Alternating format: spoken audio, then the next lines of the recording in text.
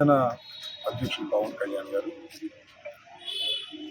అలాగే తెలుగుదేశం పార్టీ జాతీయ అధ్యక్షులు చంద్రబాబు నాయుడు గారు, చంద్రబాబు నాయుడు గారి అద్దె ఇంట్లో అద్దెలోనా పంపిల్లా లింగమనేని వారి ఇంట్లో సమావేశం అయ్యారు, భేటీ అయ్యారు. వాళ్ళు భేటీ అవుతూనే ఉంటారు, నా చిన్నప్పటి నుంచి భేటీ అవుతూనే ఉన్నారు. కానీ ఏది తేలదు, అవ్వదు.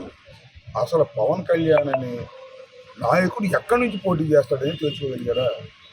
చంద్రబాబు నాయుడు గారు కుప్పంలోనే పోటీ చేస్తారా, మరొకటి పోటీ చేస్తారా తెలుసుకోగలిగారా? అది తేలేది కాదు, మునిగేది కాదు. ఈ లోపల మేము సిద్ధమయ్యాం, యుద్ధం కూడా అయిపోతుంది. వైఎస్ఆర్ కాంగ్రెస్ పార్టీ గెలిచి అధికారంలోకి వస్తుంది. అప్పుడు దాకా వీళ్ళు సీట్లు తేల్చుకోలేరు.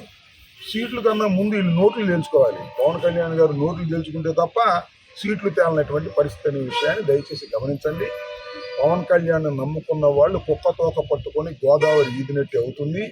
ఆయనకి ముష్టి సీట్లు ఏవో ఇస్తారు, 3, 30, 25 ఇస్తారు. వాటితో సర్దుకుంటారు. సీట్లు ఏమో ముష్టిస్తారు కానీ క్యాష్ మాత్రం బలంగా ఇస్తారు. దానికోసం ఆయన ఎదురు చూస్తున్నాడు. ఎవరైనా పవన్ కళ్యాణ్ గారిని నమ్మి ఆయనతో ప్రయాణం చేసేవారు ఏమవుతారనేది ఒక వారం 10 రోజుల్లోనో లేకపోతే నెల రోజుల్లోనో తేలబోతుందని ఈ సందర్భంగా నేను చెప్పదలుచుకున్నాను. Okay, thanks.